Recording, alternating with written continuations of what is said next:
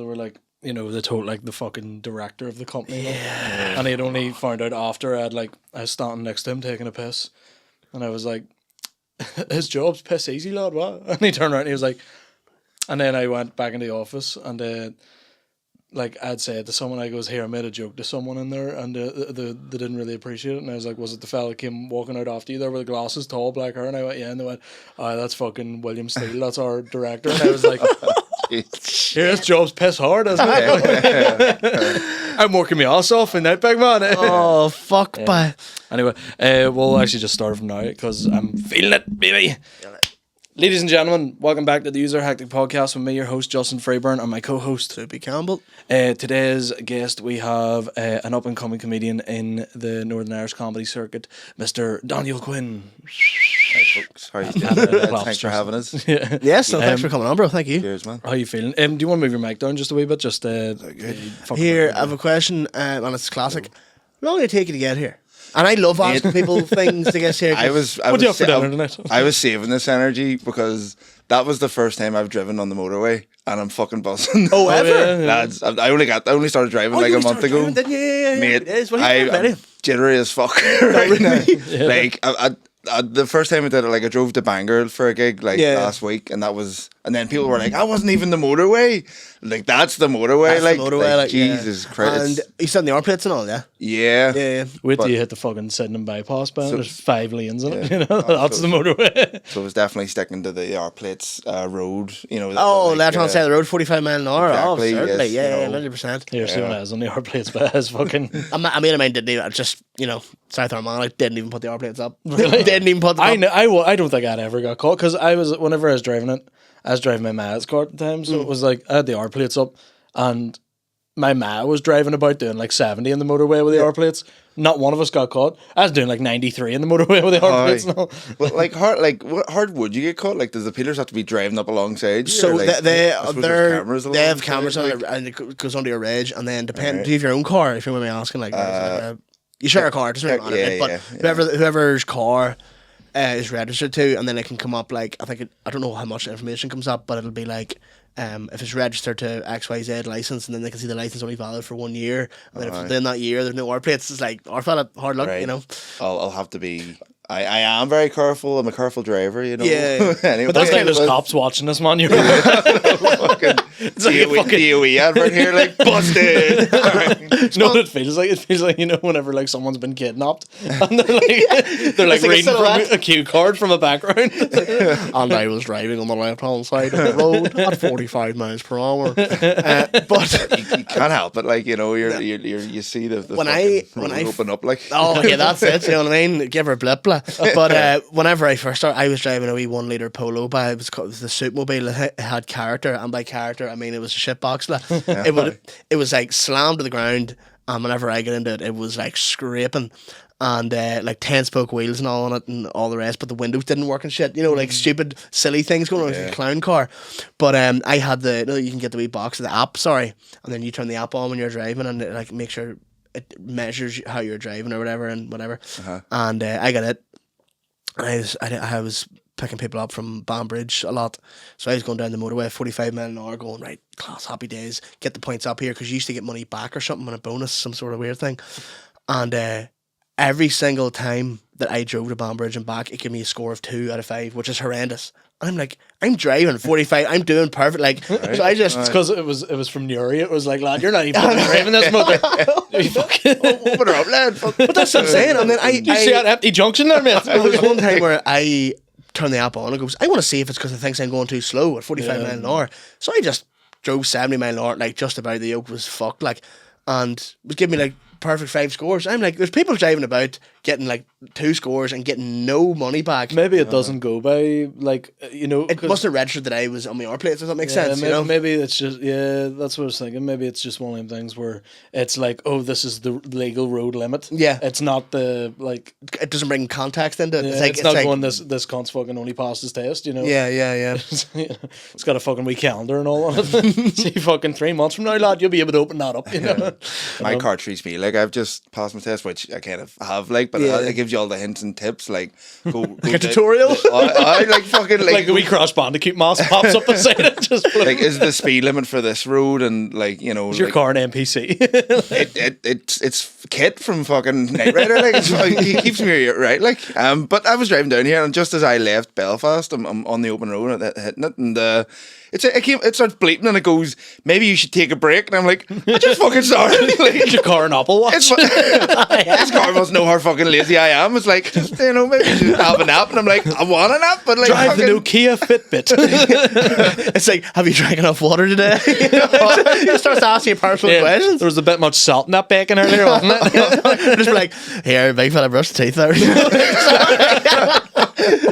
The dashboard comes out. What the fuck? What a cheeky cunt. Yeah, I'd be fuming at my yoke, man. That's the first time I did that, like, but I was like, oh, it was a hard day at work, like, I could do with a wee nap, like, fucking shut up, I got places to be. Well, see, my car's old, but it still gives you hints, and by hints I mean just complains, and by complains I just mean the whole way down the road. It's fucked. My yoke is fucked. Mine pisses me off because it always goes keep hands on steering wheel, and I'm like, Jesus, how am I driving? Like, I drive like this, or I drive with my arm on the window, with like what? Oh yeah, like I'm holding a cup of tea. That's the way I drive. Bro, let's be honest, holding cock. You're cruising down the street and you're 6'4". Know what it is? I like. Whenever I like drive anywhere, it's usually on the motorway. Yeah. So it's like an hour straight of me just being on a straight road. So I could literally just, you know, take a wee nap. It's like a Tesla. And it just starts going beep, beep, beep, beep, beep. Keep hands on steering wheel. And I'm like, you touting bastard. There's my car being a rat, you know. And I was white knuckling it all the way down here. It was just like, this is the fastest I've ever fucking been in my life. Holy shit. And then it was like fucking like 100 miles left to go, and you're just like, fuck. And then you start. It's 25 to Belfast. It felt like 100. And then you start overthinking. You're like, it's like the slightest wee. Like, you're just like, what if I just go, I'm killing hundreds? Like, what the fuck?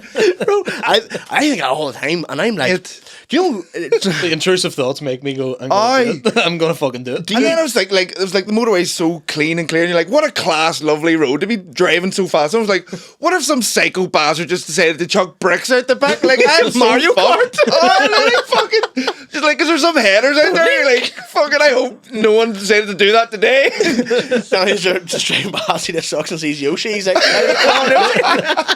Daniel, answer this. Do you suffer from anxiety? But see, that's the thing, right? So, do you know everyone has those? No, I don't. No, everyone has the. Is that a Lewis Hamilton monster too as well? It is. I'm fucking F1 today, lads. Pass the test. Just Wearing a Ferrari kit. Okay, that's good. But That's a cracker. So do you know? So now everyone has those intrusive thoughts of like, I must say, just took a short ride or whatever. Never do it. Yeah. But see, when people go for like mental health examinations and all, and like if they're really, really like really depressed, and the last sort of questions they got to be like, you know, do you ever have intrusive thoughts? Or do you ever feel like acting on them, or do you feel like you're closer to acting on them? Obviously, just to determine whether it is in their mind space. Yeah. But see, for like the likes of even Lurie exams and stuff as well, I think to like renew your license, or I can't remember the exact fucking, the exact questions that they ask or when they ask it or whatever. But I know if they ask you detailed questions to be like, to make sure you're fit to drive a big massive fucking lorry, like, you know. And I know a fella, a header, and it goes to him, routine questions, and you're not drinking or drugs, or you don't be drinking, and he was like, no, smoking on a joint. And they just goes, what? And he's like, I'm gonna smoke on a joint, like, you know. And then they were like, it's like, what there? But they were like, get the Tipex out here. I got to fucking take that part wrong. They just goes, well, we just can't give you your license now, like. And he was like, what? A joint? And they were like, you just told us you're doing drugs. Like, no. And he had to wait to apply again. Really? Didn't get passed the test, done the whole lot. I think he was getting it renewed or something. Yeah. And took it off him. Work gone. Livelihood fucked. On the dole. I know a fella, it was my mate's uncle or something. He was doing his driving test. And what's Craigavon famous for? Fucking roundabouts. The driving instructor. No shit. Fucking hell, man. You left the handbrake and round. Fuck's sake. Your first time driving through here must have been fucking hell. I felt like I was like going, it was putting me round the wrong direction on. I was like, what the fuck is going on here? Like, you go right down, and then you go round and round, and then Like, People don't know where I fucking live, Daniel. I don't think I'm getting Given the home tonight, directions, turn next left into shithole. But the examiner was like, all right, just head straight up over that roundabout there. And what did he do? Straight up over. Straight up over the fucking roundabout. Shortcut fine. And apparently he failed at that time with one major. But the next time he did it, he passed it, and he's like, "I'll remember for this time. I'm not going over the fucking roundabouts." I know by that failed his test like 8 or 9 times, and I'm like, bro, just get the bus. You know, like pay. I'll pay for your taxi home. I mean, honestly, you'll spend the same amount in Uber as you will in fucking. Yeah. It's Newry. It's not Uber. It's fucking. It's fucking Uber. Very good. Took me 4 times. Like, did it? Yeah, Took me 4 twice. times. Yeah, I think below 5, you're like, oh, fella, come on. But after that, you're like, right, just chill, you know. Tell a lie, actually, it took me 3 times. Sorry, because I got examined by the same woman twice. Same. And she was like so harsh on me, like fucking acting as if like I was trying to kill the blade. I was up over the top roundabouts. She was my friend done this. she was like acting like you're trying to kill me. I'm like, I'm only holding a knife for the crack, you know. But she was like, I was going through like a 30-mile-an-hour zone, but because there was parked cars on the side, I slowed down to about 24. And she failed me because I was going too fast through it, and I was going, see now, I'm doing 55 through that, like. But she literally, and then she failed me the second time because she told me to pull up on the curb, and I was like, it's a single yellow line. Am I allowed to do that? And she was like, I was like, because it was like nighttime, and I was like, is it like? And I got it mixed up. I was like, what? Confused and shit.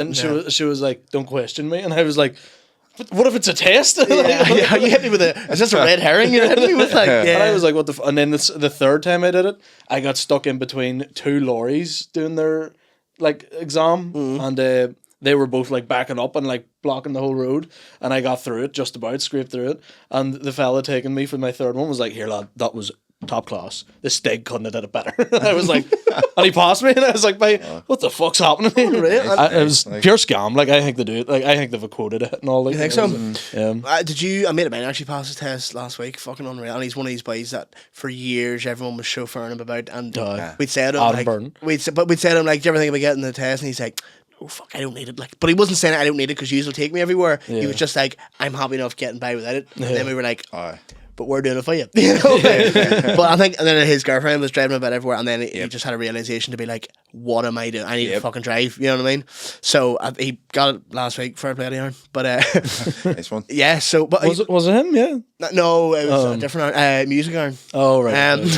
But fucking Burke was doing his test again. Fuck's sake. But what was I saying to you? Yes, how many? So you done your test a few times or whatever. Was it all stupid shit and just the first one? It was funny how I got to do my test because I was doing my instructor with this fella that passed my girlfriend and all her family, so it was in good hands. But I was doing fucking lessons for like near a year. I felt like, and he wasn't saying like you should go for your test. Yeah. Until like I was like, he was like, all right, maybe you should go for your test, and I booked in for the test, and then he just disappeared off the face of the earth, and I was like, here mate, are you about? Like, and I was like, here, he's not fucking getting back to me, so I had to find this other instructor, a header, I won't name him because I got some stories about him, like, but he got me the pass, like, but so I did one lesson with this new guy. I hadn't done a lesson in like a month, did one lesson with this new guy, and then did the test.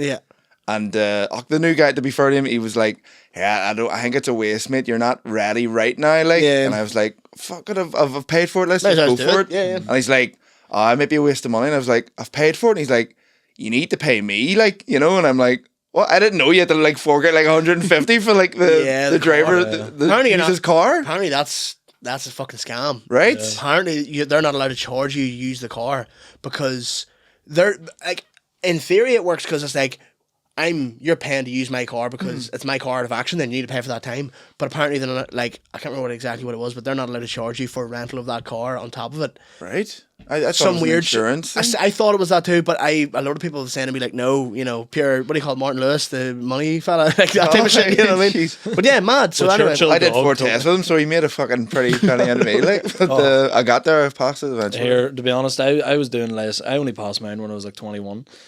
but I was doing lessons from I was like 17.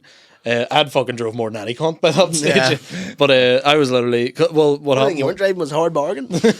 What happened to me was I was using the driving instructor, and then like 3 of my grandparents died in a row, and I was like, driving's a fuck. It was like a bit of OCD. I was like, if I get in a car, another one of my relatives is gonna die. Tell me about it. So I was like, no. And then was it the same grandparent? I died 3 times. Yeah, OCD, you have to die 3 times. And I was like, and like I was just like, fuck this, and I like fobbed it off for a while, and then I was like, right, okay, I'm gonna get back into it. Started doing lessons again in about 2019. Well, just late 2019, had done like maybe 10, 15 lessons, you know. I was like, right, driving instructor was like, here, you ready for your test? Book it. Yeah. Booked it. Halfway through March 2020. What the fuck hit? You know, like, fucking, I'll kill it. Yeah. And next thing you know, 2 years go past, and I was like, bro, what the fuck? I was like, oh my God, this is shit. And then whenever COVID ended, everyone was looking to get their test. Every cunt who was fucking 15 whenever it hit was looking to do their test. It was like 3 years worth of people. And I was like, Dan, I was like, oh, I need to get this. But it was like a 6-month waiting list. Yeah. So I just did like 2 or 3 lessons in between. And then every time I failed, do you know what they made me do? This is what pissed me off. I'd passed my theory. And then whenever the 2 years were up, they were like, oh no, your theory's ended. And I went, but it's not my fault. I was like, you wouldn't let me do it for 2 years. And they're like, you have to do it again. And I was like, bullshit. And then it took me twice to do it that time. Fuck. And no, tell a lie. It took me once. So I did my theory 4 times in total because I failed it the first 2, passed the third, and then I passed it again the 4th. Nightmare. And then I booked the driving exam 6 months later because it was so packed out. Yeah. And failed it. Had to book it again 3 months later. Failed it, and then luckily I got one. That was on a Tuesday. I failed it, and I was like, I'm not going to get this for another 6 months. Yeah. And a dropout happened, and I got my driving test for like the Thursday that week, and I passed it. And I was like, fucking. I was like, fuck. You know, it was like 5 years in the making. Like, see, I was one of them lucky. So being from where I'm from, like, it's like, yeah, like. Everyone's begging to drive. I was obsessed with driving. One of the boys started driving a year older than us, and I flat out asked him to drive his car all the time. But like, got to drive it a couple of times that right. but few car parks and all on private land, don't worry. But so yeah, obsessed with it, and then turned 17, done a couple of lessons, didn't really give a fuck or whatever, you know, didn't commit to it, and then stopped doing lessons for a few months, and then just booked my theory one day randomly in school, and then. Fast forward, like, you know, a few weeks, I was sitting in school and I was like, I have a feeling I'm meant to do something today. Yeah. Looked at my phone, I was like, oh my God, I've got my theory in an hour. And I was like, oh shit. So I had to ask my mate, I was like, can you take me? I was in school too, like in class. I was like, can you take me to the fucking end of the town? And he was like, yeah, no bother. And then I just sat in the rest of the class, like on the app. Yeah. I was like, oh my God, what the fuck, mate? Like, I just goes, here, wing it, like. And he took me into my theory, went past. I was like, what the fuck? Just luck, like, you know, just complete pot luck. And then restarted lessons again then because I was like, fuck, I'm really close to doing this, like, and then I sort of had an idea how to drive, and then done like 4 or 5 lessons, and then put me through for the actual practical test. I was thinking this recently when my mate was telling me he passed the test. See that nerves, the nerves before your practical test. I haven't felt anything like it, and I haven't felt anything since. There's just certain kind of, especially like, what was it, like 100 and something quid, and I was like 17 or 18. That was like couple of weeks wages or whatever, you know, like that's, that's what makes me feel like it is a big scam. Like the DVLA they're the biggest fucking scammers in the planet. I hope whoever listens working in the DVLA, fuck yourself. Like literally stop listening to it, pause it right now, and just, I don't even care for the view anymore. I don't want you listening to your content. But please give me a Bible. I just started. I might have been flying it down here, but like, lads, fucking give me a second here. I'm just learning here, folks. It's only way, you know? But no, the thing was, seeing my first year driving, I drove absolutely everywhere. Like, I drove like fucking, like, because again, it was whenever I'd just passed my test and all the gigs were happening, you know. So I was like driving to like Dublin, fucking Waxford, like Derry, Letterkenny and all, like, and I was still in my R plates, and I was like, this is mental. That's something that I want to ask you as well. Any gigs you were doing, how did you find like traveling to them without the thing, or do you have this new like lease of like, oh my God, I can do fucking anything I want. Like I can go anywhere I want. I think I do now. Yeah. Like you learn like the opportunities you have with a car. Like it's class. Like I mean, Marty Barkley, like my mate Marty Barkley, he was been driving for a good while, so he would get us to Derry and where else were we? Oma and but fair play to him for getting me about like. Doing about like But I now have a car, so fuck him. I don't know you. No, we're joking. No, fair play. Shout out Marty Marty Barkley. But yeah, I'm looking forward to like getting about the more gigs and stuff. And even just not even gig ways. Well, obviously gig ways, but just like when I first started getting a car, I was like, I can just go into the town. You know, I can just do that. And then it's just I can get a Belgium. Honestly, I would just go into the town and like Dunn's car parking area is the car park for the Smicks, like you know, the Sky Boys or whatever.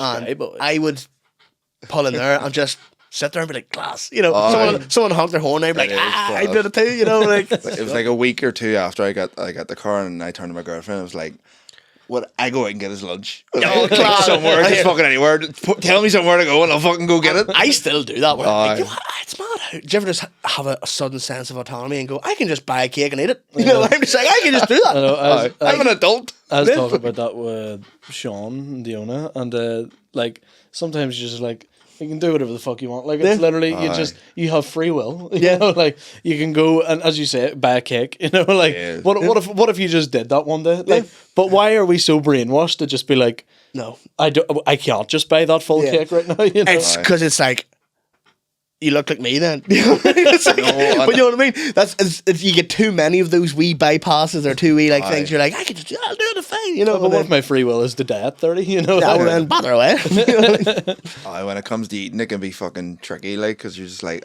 what if I want to have a chippy and a Chinese in the same day?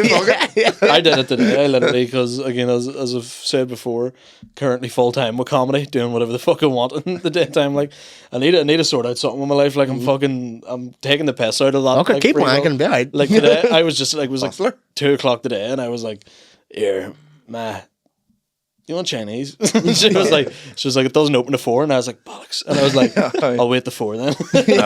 Went and got a Chinese at the fucking biggest meal in my life, and I'm like, here, fucking no regrets. You know? Unreal. When I worked in a couple of takeaway spots in the town. See, just excuse me, you used to get like free food or whatever, and I could break and take home stuff like. Yeah. Working in hospitality and all, like that's such a big perk. Like times like, just before you're leaving, you're just like, here, get the chef to stick something on. Yeah, that's what I love about that. Like working in kitchens and all, it's called like a family meal, or people call it different things. But it's like everyone gets fed. That's a rule. Like you need to feed your staff, like because they'll work for you. And even if they hate working there, they're like, it's a few quid I don't have to spend to eat myself. You know what I mean? Which is a sad existence when the only reason why you're staying somewhere is because you get spare chips. Like, you know, hospitality's tough. It's not. You don't get enough for working in hospitality. Like no. Like, have you had any shitty jobs before? Like anything that you're like? I've worked in nearly all the restaurants in Belfast. I've had so many fucking hospitality jobs until I started working from home and like call center jobs. But I wouldn't go back. Like it's so underappreciated. Like I do feel like it should be a requirement for everyone to work in a customer facing role though, to actually understand how to interact with people. I did it for a month, like, and I literally hated my whole life. I loved it actually. Now it was hard work. Like I was helping out a couple of places there recently enough, just because local enough, and they knew I knew what I was at, and I loved it because I was like, my day is going in flying. But I think the only reason why I loved it is because it was like, they were like, can you come in tonight and lend us a hand? I wasn't a member of staff. I was well respected, and I wasn't relying on it for income either. So it was kind of like, this feels like just I'm having a laugh, and I was fucking trying out bits and customers and all this work, but it was chill, it was cool, and they respected me enough to like give me a wee bit of responsibility to be like, you just look after that area and whatever. So I was training staff and stuff as well. Loved it, but I could see myself falling back into the like, fuck, I couldn't be on here, you know. What I've noticed after leaving hospitality and during, like, in bars and restaurants, they're all kids. They're all young. They're all very young. See, every time I go to a McDonald's drive-through, man, I'm like fucking like, why is these kids Yeah. serving? I'm like, what? You're And again, in get your jail. money. You got primary school in the morning. Like, what are you doing? Working at 12 at night? You should be getting a fucking bath in bed right now. Like, It's mad. Like, and I think is it still the same? Like, Saturday evening, not a child. McDonald's washed.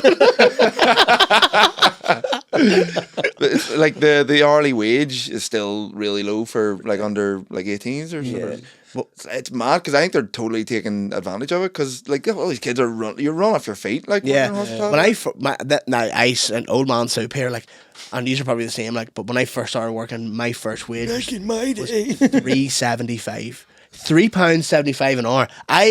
Oh, so was mine. My first. Well, I was 15, so mine was £3.75 as well. I used to get 120 quid a week. I got 60 quid a week, right? And then I remember like the first week I paid cash in hand because my bank hadn't sorted it out yet because I needed to fucking get a bank card. And they just gave me a brown envelope at the till.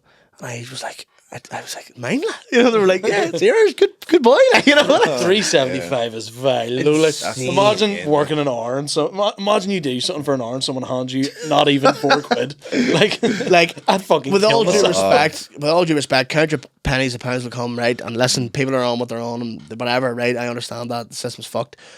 But if I lost £3.75 out in the street, I'd be like, oh well. You know, Yeah. You know, I'm spending an hour fucking searching for it. I'm like. here. I'm skint. Like I could do with £3.75. Like, but it's one of them things where it's like I wouldn't get in my bed for it. Like, you know, it's Mate, you buy one of them like iced coffees from the Spar. It's like 4 quid. You know, like imagine an hour of your time going on a drink. You know, okay, here imagine 2 hours of your time going on a pint. You know, I know, yeah. fucking suicide. And it's worth it. Like to be fair, I know, it's worth it. I would do that. That's what it's all about. Like, you know, I spent a week of my time to get £2. Like, you know. But I'll spend a month's wages in one night. Like, here's actually what I was going to say to you when I was talking about just cheap shit. Like I went in Salou there last week, right?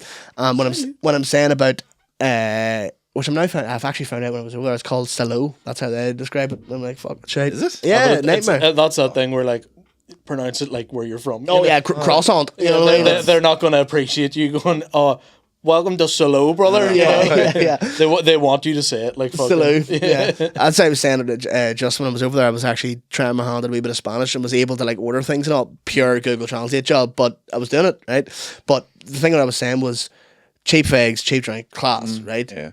I lost 3 packets of figs, didn't blink. Didn't even blink. Oh, Now here, looking back, about €15 nightmare. I could do that now, right? But I had so much stuff in my pockets. Went and bought figs, and put them in my pocket. Hadn't even opened them. Walked up the street, went round the corner to a bar or something. Put my hand, goes, I have a fig. And goes, oh my god, they're not there. Right. Wallet and phone was there, and I was like, I literally just went, oh well. I just went and bought more. I was like €5, didn't blink, like, you know, like it's so cheap, it's insane. Like, I remember losing a packet of figs ages ago, and it was just like the most heart wrenching thing ever. Packet of figs it over was here, in this country. yeah, so yeah. That's what I'm saying. it Packet was of a figs, week's wages. 16 quid. You know what I mean? That's fucking It was 4 hours work. 4 hours work. Yeah. But it's the same when you put it like that, like. Oh, it's grim. I know. I was in Salou a couple of months ago, and Yeah. the pints and all are like cheap. But was there something about the beer like? As in, Did it, shite? like, scratched your throat like? Well, I was sick from coming back, like, so Aye. I don't know. I started feeling. I was like, "There's something about these pints," and then I went on the bottles and was like, "Oh, bottles of beer." Different. I'll just keep That's it." interesting. I just thought. that there was something to Whereabouts did you stay? Like, I mean, I'm not going to make this a whole big Salou podcast. Where'd you stay? Or where was it like? it. The gang goes just- to Salou. Say the not just down the road from the big Funderland thing. The big Funderland. Portaventura. Yeah. Exactly. Were you Yes. down by the beachfront though, like that area? Yeah, near there. Yeah. Were you in Danny Boy, the Irish pub, the Irish bar? I think it was. Yes. Yeah, I know it's Yes. hilarious too. Yes. Can't wait to get out of here. Fuck, heads wrecked now. Fuck I me. know. First night straight down Irish bar. Like, just take me back home. You know? You sell Tato. Yeah, they did. They did. During the Euros as well, and England were playing, and there was like they were all in the English bars, like all the English bars, Yeah. but there was like one table of like English people in Danny Boy, and like every foul, the whole bar went yeah, like, and then they would all be looking around like, hey, oh fuck, what are you all fucking? I was like, what do you want? Like, Yeah, what do you want? Like, what do you expect? You're in hard term. You're the Lions Den. Yeah. You know what I mean? Take yourself down to the Red Lion and watch it there. You're in the go. three lands then. No, no, yeah. But Salu's good crack. Good, nice, exactly what you want. Cheap, Yeah. cheap figs. All I good crack. went when I was Lovely. 11. Yeah, I went years ago as well. But see, it's one of them things where I was like, would I go back? Yeah. I've done it, you know. Yeah. And there were so many bars that were pure, whoa, Phil Mitchell. You know, like, it comes down to the fucking Vic. Is it the Vic? Yeah. Point is still up. Yeah. Point a bit is. But there's sun made out of over there. Like, it's fucking, like, I was Seeing. Factor 50, like, every day, and, like, I'm this complexion. See, like, you're fair haired though, like, aren't I you? need Factor 50 with these lights on. Fucking. I've Factor 50 every day, and then just it was like the last day or two, I was like, I want to get it. You want to get a bit of burn? Yeah, I get a bit of burn. I don't know. I overdid it and like had 3rd degree burn the day of leaving. I was like, oh Jesus, why? When we went to Lanzarote years ago, the last day, our flight was late enough, so I goes, I'll sun myself a bit in the beach here, get a bit of colour before I go back. No, but nothing too mad. Fell asleep, right? I mean, burnt to a cinder as like a lobster, right? And I had sunstroke on this in the plane on the way home, sunstroke, and started to get COVID on the plane. And I mean, I remember thinking, if this plane goes down, I'd be all right. You were the new I'd variant. be happy enough. I know, yeah. Sitting on the plane like you're made out of paper mache. And I fell asleep at one stage, like, kind of pure fever dream crack, and I was sitting in the aisle seat. There was like a sort of middle-aged couple beside me, and they were lovely, and they were offering me sweets and all, and I was like, get out of my sight. But I just felt horrible, and then see every time, like, Glacier mint. I think it actually was. See, every time my shirt even touched my chest and all, it was like, so sore. Yeah. And I like woke myself up by snoring, and I just heard the husband go, "There, he's awake.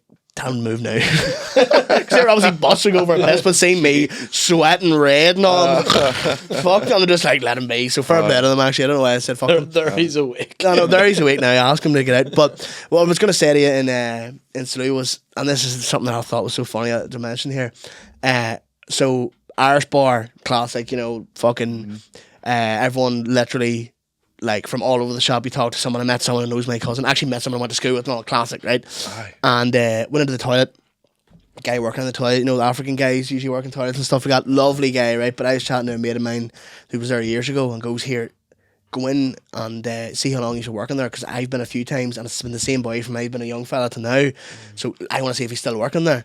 So I went in and go chatting away at him. How long are you working here? And by the way, nicest cunt in the world, because you ever see some of those guys that work in toilets and they be very like fake and pushy just to try and get money out of you. Yeah. He was just giving you the towel and he would chat away at you, didn't ask for nothing, and wasn't like trying to spray shit on you and all. Lovely guy, right? Yeah. And I was like, how long are you working here and all? Blah, blah, and he was like, oh, fucking 20 years. I was like, fuck, this is the same boy. A mate of mine took a photo with him and all. Happy days, I was staying, right?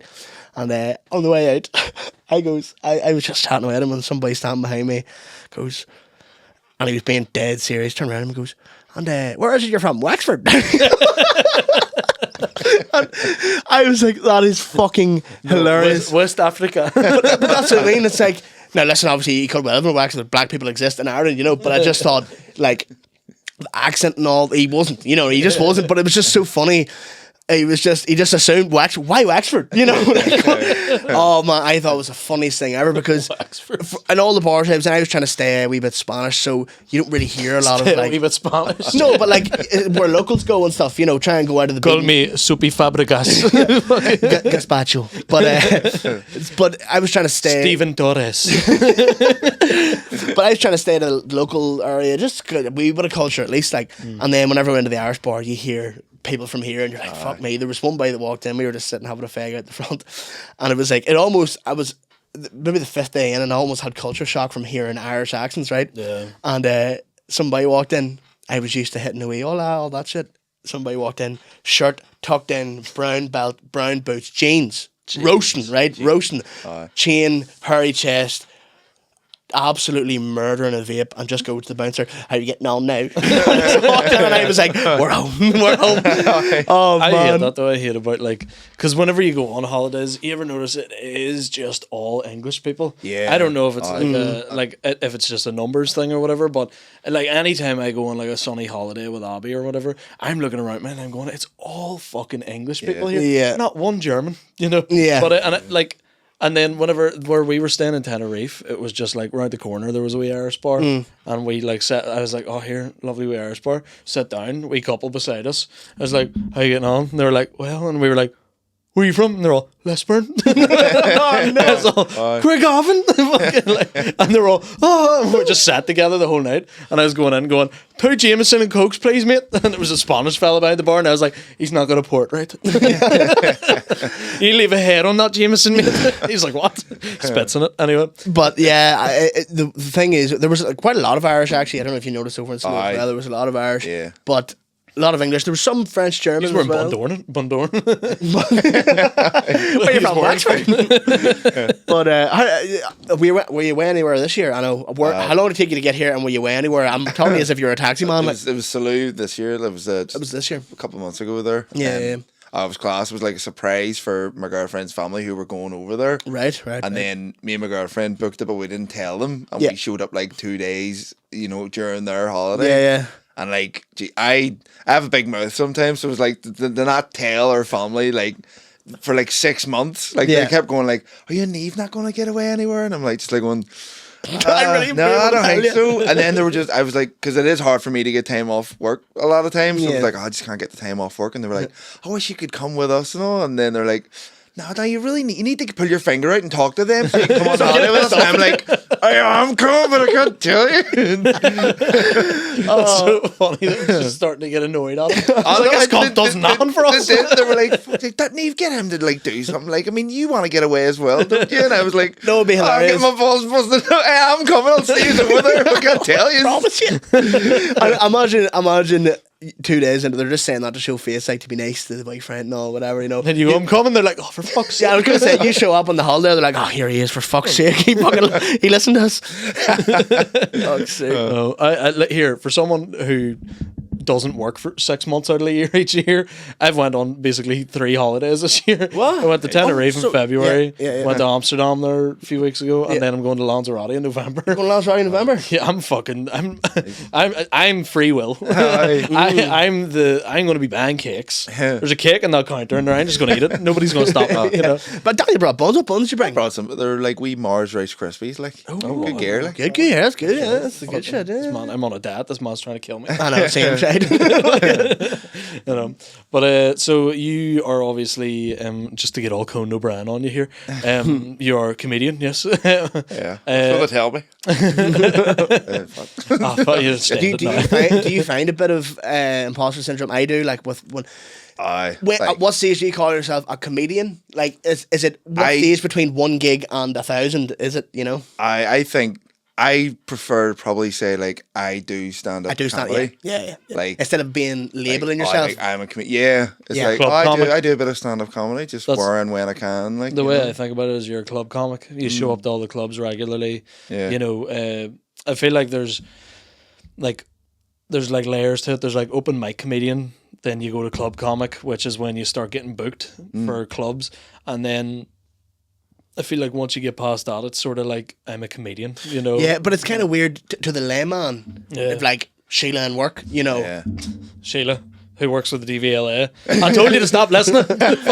But doing a gig in a fucking pub in Monaghan to 2 people, and doing the SSE, the same thing to her. In terms of stand up, It's like, oh god, he's telling the jokes on stage. Yeah, I could never do that, and I'm like, I could never do it either. But I'm fucking mentally ill and attention seeking. But it's kind of a thing of like, so you prefer to say I do stand up comedy? I do stand up. Yeah. Sometimes. How long have you been doing it now? It's like 2.5 years. Really? Yeah. Good stuff, man. Yeah. Happy days. It's going well, especially recently. Like it's the imposter syndrome kicks on with like if it's going well, and like you get booked for this and you get booked for that, and you're like, I must be doing something right, Oh yeah, 100%. That's of course. That's you what it just is. try and tell yourself like, let's just keep trying to do what we're doing because it seems to be going well enough. Like it's kind of imposter syndrome is healthy because it keeps you humble. It doesn't let you get too like you do a big gig, you do a gig, you're like, I'm fucking unreal. So you have to keep yourself grounded. Like there's enough disillusioned cunts out there. Like, yeah. So me, baby. I'm one of the ones who like. My imposter syndrome and my like ego are scrapping it out. Yeah. Like it's causing a tornado every day. Sorry, in the group chat, I'm just like every day just going, I'm gonna have a mental breakdown. It's me just going, I'm the best in the world. No, I shouldn't be here. Yeah. But it's kind of it's one of those things. It's a humility thing where it's like, right, And I think before I started stand up, I listened to enough podcasts and was involved enough in it from a a fan perspective that I understood the discourse behind it. Where I was like, right, if you do really well, fair play to you. Yeah. But there's a death around the corner, Oh, if there's a death, it's fine. You'll do well again. Like, it's what goes up must come down. exactly. Like, so it's kind of like, I'm better than nobody else. Nobody else is better than me. Let's try and keep it between the hedges. What made you get into it originally? I've loved and respected comedians for as long as I can remember. Like themselves. Like you just watch and you have your heroes and you have your favorites and all. I don't know about using this, but like I've it was probably a confidence issues and like kind of like looking at like the local ones and all and going like, fuck, I'd be class to do, but there was like a big voice in my head going like, no, that's what they did. Like you can't do it. Apologies, listeners. Apologies, but I agree. You 100%. Can't help being like, no, that they do that. Like you, like me. You watch. Like I'd love to make fucking 70 million a week playing football, but I don't do that. So, I get you, because that was the same thing. Whenever I first started, I'd been listening to like general banter for like fucking decades, and then I finally got round to going to see like an actual that wasn't like the PAV or anything, or wasn't the Empire. I went to see someone's actual show. Club. Oh, a show. Yeah, and it was Gaddis's live podcast, and I remember Aaron McCann opening up for it, and like Mickey was on stage with him and all, and I remember just being like, these guys are us. Like they like whenever I thought of stand up, I thought of it as like Jimmy Carr shit. Yeah, exactly. Like it was all out of reach.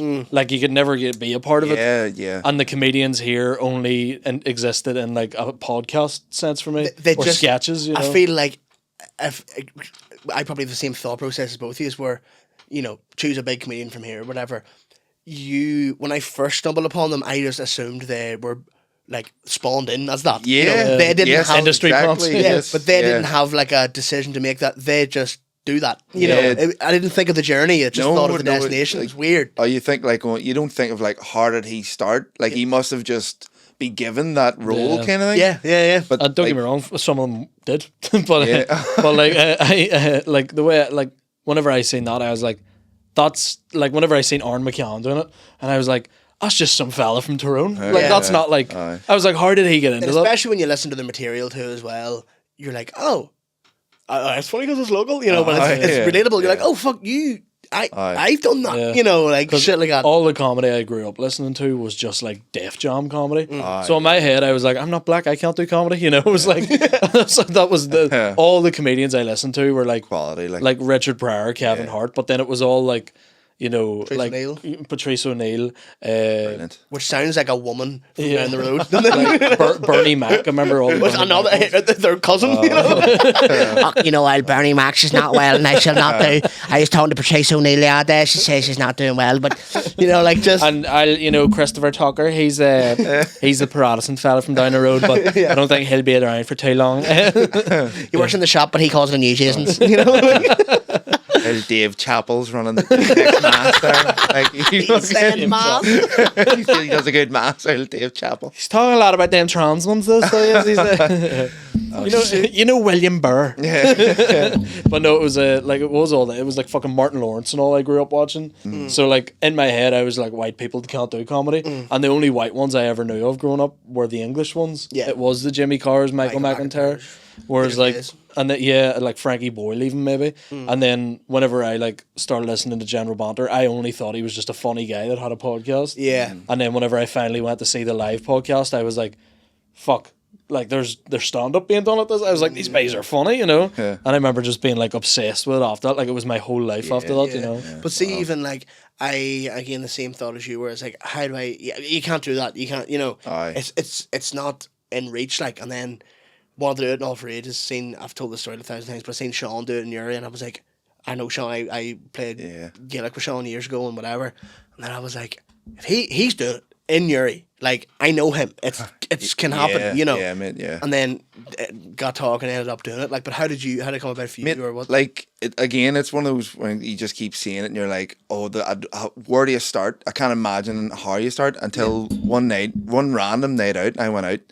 the Voodoo Bar actually, and I was meeting Connell Rhymes, you know Connell, and for a pint. Who? I'm only saying that because he was meant to fucking be here and he couldn't come, so I'm fucking Connell Rhymes here. But just that skinny. The camera won't pick him up. I was meeting him for a pint at Voodoo, and I'd never seen an open mic before, and there was an open mic there, and I was like, what the fuck is this? Like I'd never I've went out and seen comedy and all, but I'd never seen an open mic, and I was like, what the and I remember like asking your mom, I was like, is this an open mic? And he's like, yep, that's what it says. And I'm like, all right. And I was like, so can like you just sign up and do it like something? And he's like, alright, if you want. And I'm like, well, like tell a joke or something. And he's like, yeah. And then like I it's just the thoughts of like going like, there's no way you can do this. Like doubt comes in, but then I was like, I'd never seen the opportunity before, and it was like, then just the other voice comes in, it was like, you've never seen this before, and you've always wanted to do it, fucking do it. It's literally right here. Like, it's like, you know, if you believe in universe, it is within reach. You always thought that it was out of reach. Like, it's right here. Fucking do it.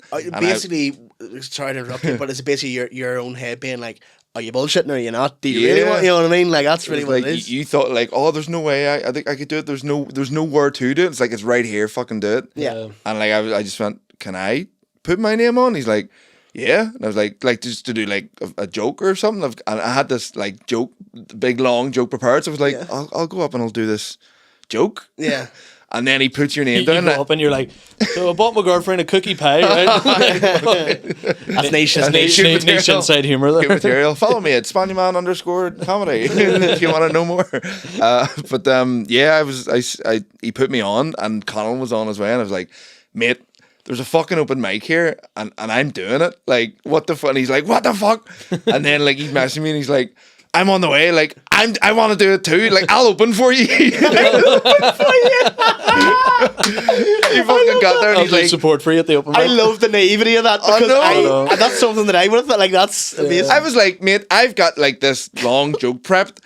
What have you got? Like, and he's like, I'll just go up and fucking bullshit. And like, Connell's like really good at like ad-libbing, and like he has this kind of hyper like personality, and like to be very fucking dead, he just went on and he's like, what's the fucking crack, folks? And I was like, the balls on this dude. Like he knew less about this than I did. Yeah, fair play. It like takes a lot of balls for everyone to do it, and fair play for taking the jump at that stage. Yeah, Connell just comes in like a stray dog, and he's like, I'll fucking go on, you know. He did like a crackhead. And so like he did, and then like I was like, right, I've got this long. It was a long Norm Macdonald joke. I love the joke, but it takes about 5 minutes. Professor of Logic one, is it? Or? No, it's a more offensive one. Oh, more right. Man, I fucking love Norm Macdonald. I know he's probably my favorite comedian. Yeah. So I was like, I can kill like 5 minutes with this long joke, and that'll be like an alright wee set kind of thing. So went up and did it after Connell, and then. Like Voodoo, have you ever done Voodoo open mic? I've never, no. It's more for musicians, like so it's like nobody fucking listens to me at all. Standing with their picks, waiting to go on. Oh, it was like the whole bar's just like blocked, like not paying attention at all. But it was like, okay, that's me. Thank you very much. I think it was like you got a wee like round of applause. Yeah, and the bouncer as well for him. He watched it all. And he was like. Oh, all right. I think me and Colin just got blocked after going like, we're fucking comedians, man. We're fucking doing it. But that's the feeling you get. Like, you're like, I've done it. Now see that mental block, mate. Gone. The fucking mind just opened. It was like, what are we've done something and like that is unreal. And here, that's amazing that everyone has that moment where they're like, oh my fucking god, and you just have this sense of like, I can literally do whatever the fuck I want. You like free will again. You're like, oh my god, I've done it. Like, I know I can continue to do it. I do it once, to do it again. It's fine, you know? It's like if you commit and like, just do it. Yeah. I don't want to be all Shia LaBeouf on it, but like, fucking just fucking do it. Like, you know? Be all Shia LaBeouf about it. That's the name of the episode. You fucking see any time, like, you need just a wee kick up your arse. See if you genuinely watch that meme, you're just like, he's fucking right. He's fucking straight down the road, kick. But like, and how, like, I'm assuming in a bar of drunkards and no one give a fuck, you died in your hole first time, like not died in your hole, but just like it was a long joke with pretty much only one wee punchline at the end You of had it. to listen to the whole time, yeah. And nobody really listened to it. Like one or two was like, all right, like well fair done, enough, just yeah. kind of. But it was like it didn't matter. That's it was the just thing. like I stood in did it. front of all That's you what I was cunts just and about to and I say. said what I wanted to say. Yeah, it literally didn't matter what reaction you got. That's what I was going to say. It didn't matter what reaction you got. Yeah, Good, bad, whatever. Yeah.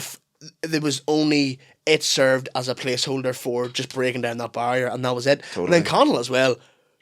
Psychopath. he is. That's metal. I was shitting myself, and then he's just like, "Oh, fucking do it and all." And I was Foaming like, at the mouth and all. "What are you going to do? Let me I up know there. what I'm going to do, but Yeah. what are you going to do?" Like, and he's just like, "I've got like a few wee," and he did. He had a few wee like banterous jokes. Like, Yeah. And did he do well with it, I suppose? Like, he did all right. He got like he got more laughs than me. Like, yeah, to be I fair. suppose because his energy as well for steaming people would definitely Aye. help him. Like, that's fucking hilarious. It was a mad night. It was just like, what have we done? Yeah. Like, that is fucking unreal. And then did you just stay in the bar and get blocked at the same Oh, I time? did, yeah.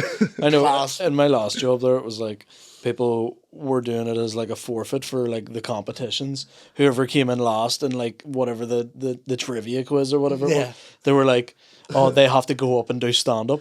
And I was like, fucking, here, I need the gigs. It was like, coming in last just to be all fucking, all these people stressing about it. And I was like, can you get me booked somewhere? Can we try and do like the Empire or something? Like, fucking, Who books this? The Quizmaster. Oh, no. I was like, wearing a fucking Power NI t-shirt to the fucking, to Lavery's, you know. But, here, fair play as well, by the way. You did the Empire yesterday. yeah, thank you, man. It was good stuff, fun. yes. It was cool. It was first time doing it, and like for 3 years in, it was a big deal. It was like it was just cool being a part of it Did all. you do well? Yeah. Yeah. Yeah, I was fucking cooked, man. That's good. That's what you Yeah, love. well, for what it is, it's a big room with a big high ceiling. Yeah. And the crowd are usually just people who are there for a night out. They're not people who are going, I want to take a photo of Colin Gaddis, like those the people that go to like Lavery's and stuff. But Yeah. That's good stuff here. Fucking fair play. Like, fair play. it was And great. it's mad. That's literally what the mad thing is where, you take like mental images of like maybe your first night and be like, me and Connell just went to Voodoo and just done that. Yeah. And maybe whatever your first gig was or whatever mine was. And then all of a sudden you have a really great gig. Even if it's not a huge gig like the Empire, you can have a cracking Madden set. Yeah. And you're like, fuck, that's mad. I'm doing this. I've come Aye. so far. Like, The progress, like, Yeah. is it's class. Like, Yeah. to realize you just like going like, it's like losing weight. Like you see it and like you feel it and you feel better for it. Like, you record some of your sets, don't you? I've seen you record some of your sets. I've like Here and cut there, out wee like, bits and yeah, stuff, yeah. and kind of like the favorite bits that work are kind of like the cut, and like so I can look back on and be like, so that's if I've got like a big gig coming up, it's like that's a good bit, so you can kind of collect them all and be Yeah, like, yeah. if it's a good important gig, you're like, I want the best bits. Oh, the best bits, yeah, of course. Kind of combine all I, that. I've stopped recording my sets recently and I need to get my fucking finger out because it was really helping me right at the start because it was changing shit. Whereas now I'm like, I done that whole fucking Kill Your Darlings thing a few weeks ago. Done really well. Just had a stormer, just complete, you know yourself. It just happens sometimes. I know I'm never recreating it again, but at least I should have recorded it to see how I done it, to try and recreate the best I can. And I know it's just gone. I can't even remember half the things I said because a lot of it was just riffing and shite. I was doing crowd work and all, and then it's just gone. It's just gone. I can't remember what I said. I'm fuming. So I need to start recording my sets again, to write better. Like, I definitely do. I was like thinking about doing it last night in the Empire, and I was like, where the fuck am I going to set a camera in here? Set a camera fucking across the street in a Lucky Duck Chinese or something. Like, fucking, you catch me walking out the bar, but yeah. No, it was like, I do know what you mean about taking the mental images. One was last night. Yeah. Where, like, I was just like, Colin Murphy introduced me on stage. Wow. yeah. So I was like, that was like, What's the word? A milestone. That's what we're looking for. Yeah. Like, yeah. The other one was the other big one. I've had a few in Maddens where, like, I've had horrific deaths in Maddens, but I've had a few ones where I'm going, fuck, I've fucking had a stormer there. I've walked into Maddens and just with no material, just won whatever topic was in my head and just went mental. Yeah. The first ever Sunflower was one for me where I took a mental picture because it was like Andrew Ryan, Kieran Bartlett, and I was like, what the fuck? Wow. And then Lavery's when fucking Colin Gaddis walks up behind me whenever I'm waiting to go on stage, shaking out of fear, and he goes, are you ready? And I was like, oh shit. And I was like, yeah, man, yeah. Yeah, what do you want? Just spark a fag or something to do something, like, you know. Yeah, so those are like my mental images. Where, like these are screenshots that I've taken in my brain. Do you have any like miles or like things you're proud of? I remember, in any way, shape, or form, like. I think like there was one like about 2 years ago. It was like maybe 6 months into it or something. And there was a Newton Ards gig, the pizza place.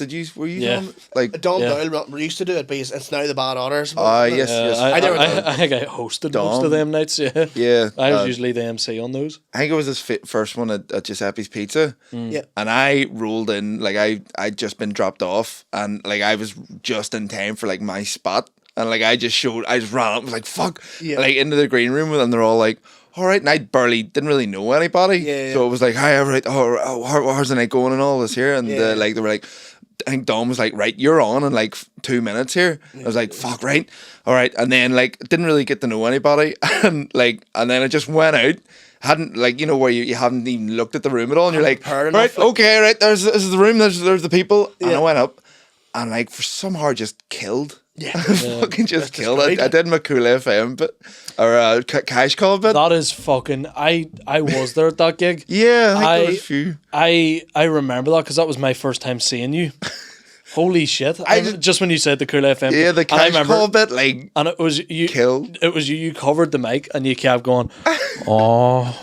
And I remember we were in the green room, every comedian in the green room in stitches at it, and we were like, this motherfucker's next up, like, you know, like we were like, that was, holy shit, you just unlocked a memory in my brain. So that was something that I remember, because like, and then I just came, I finished my bit and came off, and like everybody was just like, who the fuck is this? Yeah. And then I was like, all right, folks, I was like, I have to catch a bus home. And then they were like, what? You just fucking got here? Like, who the fuck? And like, I had to go. Destroyed, lit a fucking bomb. I remember that. I remember him going, fuck, like Daniel had like the settle of night that night. Yeah. Like I had a good one as well, but I remember being like, you fucking, because again, that was my first time seeing you. And we were just in that wee, like, you know, the fucking wee room you were with a wee curtain. And I was like, no idea what you even looked like, you know. You'd literally just walk past me. I was like, oh, there's a new guy, you know. That was, you know, but that was crazy, man. You should bring that bit back. That bit was great. It was good. It was, but yeah, that was like a moment where I was like going, "Fuck, I think I'm doing okay at this." Like, I think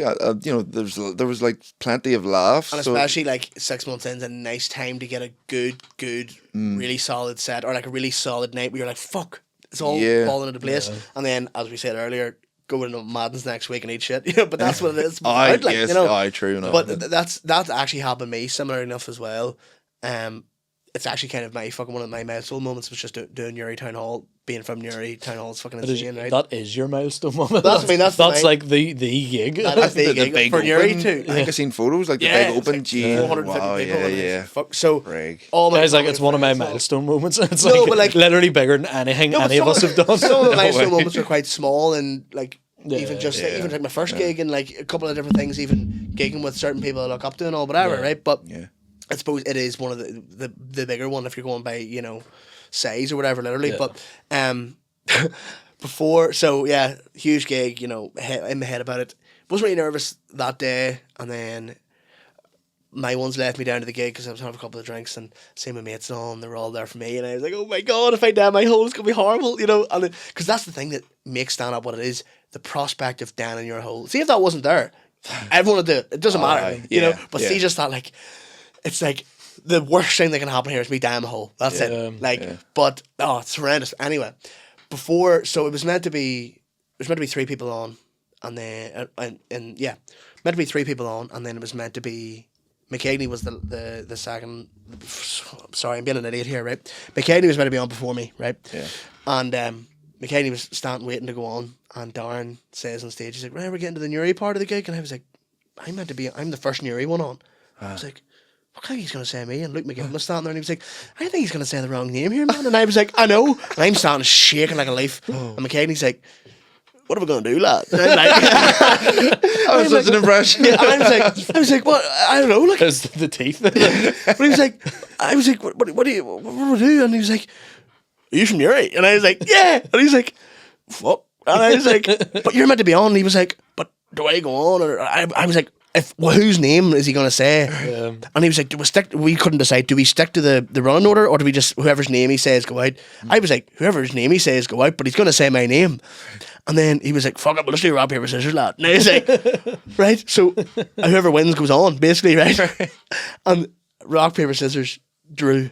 And this is when Darren's literally like saying, he's come out, he's from Newry, you're going to love him, he's done a few gigs, he's been in you know, he's doing the long introduction. Right. And we're sitting there, rock, paper, scissors, draw twice, right? I'm not joking, boys, I'm about to shit myself. I'm like, this is my head can't do this. Rock, paper, scissors, boom, I win. And as I win with scissors, Stephen Campbell, right? And I walk on the stage, there's a video of me, right? Just going, oh, and like just taking my hand away. Like, oh man. And just walking on, same as you. I didn't have time to think about my set and overthink it. Went on and just had a stormer because fight or flight, you were just fucked in here, on you go. But I'll never forget being a millisecond after a game of rock, paper, scissors to decide who was on stage, you know. But it was so stupid. I don't know what we were both thinking. Like, if he had won and he called my name out and McCartney walks on, all my family and friends would be like, fuck, Soupy's lost the weight, you know. But yeah, mad. Fucking mad. But insane. Again, another milestone moment, but it's kind of that, it kind of made me think, like, just try not to overthink it. It's good to think about it, but try not to overthink it. Don't Sometimes worry about if it, you get in your head too much. I hate. Know what I hate? We give too much away of like the sanity part of comedy in this. Feel like shit about it. Don't do it. There's too many of us. Don't start it. But it's also, go to your job. You know? Try painting or something. Here, fucking admin's not the worst. Yeah, work for the DVLA. Here to work for the fucking DVLA because I'm gonna fucking kill a load of cunts. But see, that's the thing. You only ever really got snippets from the big podcast that I was listening to years ago because they weren't at the stage where we were like when I was listening. They were much further ahead in their career, so they didn't maybe delve into, or it wasn't as much in the front of their mind, like the minute sort of like how you feel before a gig and open mics and all the rest. You only ever hear snippets here and there. So no, I think it's sort of good to talk about it so people know what to expect, but also you can't, like, seeing people are like, oh, what's it like before? And you're like, it's good crack and all and whatever. But then you ever just think about it and you go, it's actually fucking mental. Like, what am I doing? Like, I drove to Derry and a boy got glass on my punchline and I just drove home going, you know what it's like, you know? Like, that's insane. Like. You're doing that gig next, by the way, so. Fuck, I just don't have any Bartley Hastings / butter jokes. That's the joke I was telling. That's the real controversial shit. Yeah, man. Daniel's sitting scratching his set out. But it was I was trying out one-liners. I'm actually not telling the joke here because it's so shit. And for some, I wrote a load of one-liners one day, like a load of them, right? And a load of them were shit. Some of them were good, right? And the joke was like, you're all familiar with the Battle of Hastings.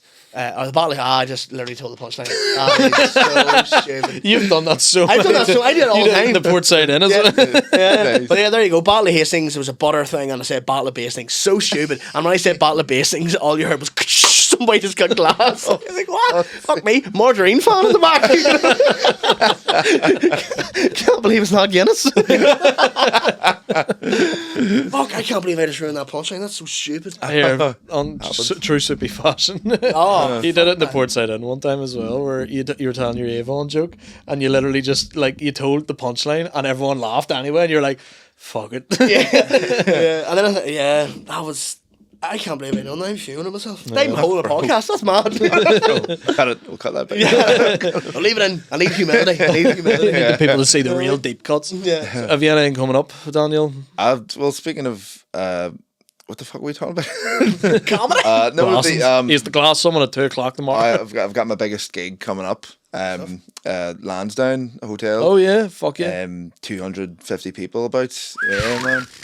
Yeah, it's probably the biggest crowd yet. 50s metal. It should be good. I was offered that gig after winning Comedian of the Month with our wee comedy club. And did you? I did. And sprinkle a wee little on the load. Like thanks to the RW Comedy Club, like, you know, I really cut my teeth there, like, to be fair. But like I was a gig with like Mickey Bartlett, and I was like great in itself. Like in RW Comedy Club, another milestone moment type class, thing. Yeah. Yes, mate. Like I was great in itself, and it went really well. And the next morning, your man reached out to me and was like, "Here, you were class. Here, do you want a gig at Lansdowne?" And I'm like, "Oh shit!" No. I was like one of. Like, that's probably the first time somebody's did that. And I was like, what? Yeah. You reached out to me? Again, it's kind of it's weird because we were talking about this beforehand, but asking for gigs, and you know you're trying to get booked for like different clubs and open mics and all the rest. But it's always nice when someone comes to you and like, here, I seen you at this. Do you want to do this? And you're like, what? Half the gig, like I literally, all the gigs I run has been people coming to me. Like the Portside Inn came out of a fella whose brother is the guy who you know your man Matthew like runs the Portside Inn, tall fella. For her, it was his brother seen me at Ruby's Bar and. Possibly the worst gig to happen in Northern Ireland, and we'll take the crown for that, I swear to God. He came to me and he was like, "Here." People got glass. it was close, like it was way rowdier than the Derry gig. But he was like, "Oh, here, lad. I thought you were class. Why don't you come down and see my brother's bar in the Portside Inn, blah blah blah." And I was like, "Yeah, no problem." Went down and seen it, and that was great. The Derry one came out of a guy who actually saw clips of this on TikTok. And he just texted me. He was like, "Here, lad, seen the podcast on TikTok. Do you we have a bar. Do you want to run a gig in it?" Yeah. And then the Centre one. I think it was just sort of. I went to a rap gig and your man and T Mike. I was sort of just like, "Here, I'm a comedian. If you want to work on stuff," and then it was happy just days. loads of stuffs came about after it. So, happy but days. yeah, no, there's been a whole load where I've been like that same sort of thing where you're like. You will do a gig and then next thing you know someone will see you and keep booking you. So that's why I never say no to anything. Because that's how people get scouted for managers and stuff because someone will just see you. I will never say no to a gig. Like I'll always be like, "Oh yeah, I'll do. Yeah, I'll same. I done a gig in Dungannon, but I'm not joking. Talal was there with me and he the whole time the guy was dying in my hole. It was outside. Like all like 60-year-old people spread out everywhere, no MC. Some guy just goes, "And now Stephen Campbell," right? And then off mic goes, "Give it up," right? No one give a fuck. I went up, done the whole thing, mad, right? And then Talal was sitting the whole time. I delivered it to him, right? And he had a bit of paper, just held it up over his face, laughing because I was down in the whole. It was like, but I loved it because I was like, "This is absurd right now. What's happening?" Talal's the best guy to gig with. But see if anything, it's vaguely mental happens at a gig. He loves it. He is like in the back laughing his head off, and it just makes you feel better for it. Yeah, because you could be down on your hole and going, "Oh, I fucking hate this," but then you hear Talal laughing, you go, "This is good." I looked because I was looking at him for comfort because I was like, if he's laughing, I'm all right. And then he came off, and he's being sincere. He meant this because I actually had inside myself, like the way I delivered it was actually great. I actually done it really well and all. But afterwards, he came up to me and he goes, "That's actually the best I've seen you." And I was like, "Bro, I died in my hole." Like, but what the fuck was I saying? Yeah, about that gig. What the fuck was I saying? Down in my hole, Talal being there. Oh, what were we talking about? I'm fuming. That's the first time it's ever happened on the podcast. I forgot what I'm talking about. Give it up there. Fuck, what the fuck was I talking about? The DVLA. Oh my God. I'm so sorry, folks. I'm so sorry. Because I hate when I listen to a podcast and you're like, you can rewind it. Rewind back and comment below. I know. Fuck, I'm raging with that. I not sleep tonight. I'm not even joking. I'm fuming about that. You know, we'll wrap it up now anyway. So so you're I ended the podcast. No, bad tune. Sorry. I'm not coming back on now. That's it. Oh my God. If you come back next week and we have a new host. Could have mentioned something? Yeah, of course. Sorry, lad. Lansdowne this Friday and then I'm headlining the Pavilion on Monday. Are you? Oh, yeah. Fucking unreal. Yeah. Class. Pavilion on Monday. Yes, big Danny make a move. That one. Yeah, fuck. And it's not in stone yet, but me, Martin Barkley, and Conal Rhymes are trying to get a wee comedy club going, a wee comedy night. So where are you thinking? Stay tuned for that. Nothing in stone just yet. Yeah, but we'll keep it under. Kind of keep your eyes open. We'll He's going to buy lotteries. Good here, fucking fair play. Then. Yeah, fair play. Yeah, I know, it'll be class. Big moves, unreal, fair play. And here, where you remember us when you make it. Where can the people find you? Spanielman_comedy on Instagram. What's the origin of that actually? Is it dog based or is it? It's like an old nickname from childhood, which is still my fucking email address for some reason. I don't know how I've ever got a job. My email address is Spanielman_ Here for the longest time, mine was demigod. So. Yeah, you walk into the job, he's like, "I thought he was a dog." Who doesn't like dogs? Give him a job. Do you not know you applied to be a fucking sniffer dog here? No, that's cool, man. Fair play to you. Fucking well, yeah, folks, follow up Daniel. Keep an eye out for on the socials for the potential new comedy club, and buy tickets to the Pavilion next week, and Lansdowne Comedy Club. Is it Lansdowne Comedy Club? Lansdowne. I think it's their first night they're doing in the Lansdowne Hotel. Good stuff, up north Belfast. It's really nice place. Who's all on that lineup? I think Sean I've seen the McLeavy's MCing. Yeah. Pete Giffen's on. I think Adam Mogie's on, and William Thompson is headlining. That's gonna be a great night. Actually. That's gonna be good. That's gonna be very good. Tickets. Good stuff. Unbelievable. Yeah, I'm coming up. Terrace? No, just that fucking sentence I forgot I was talking about. Fuming, raging at myself. I'm not even joking. No, I've nothing coming up. Here. Cracking, actually, from Justin there, by the way. Sorry, I'm in my own head here. That's a cracking reference from you there. For about 6 months in this podcast, Soupy was plugging the Terrace Hotel. Because McKegney booked me for it whenever I was on the podcast here, or he was on the podcast like last November or whatever it was, and he booked me for May, just whatever way the booking was falling.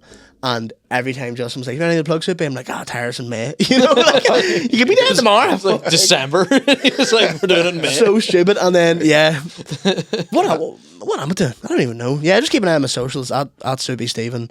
Want to give a shout out to Jamie McElroy, always listens. Jamie McElroy of works in Grounded Cafe. I said to him, I give him a shout out. And shout out to Shawnee T as well, one of the boys, you know yourself. And shout out to Manani. That's not a joke.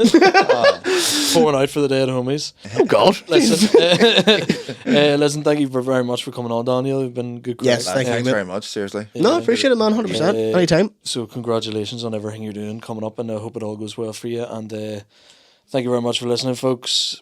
Tell your dad, stop asking about me.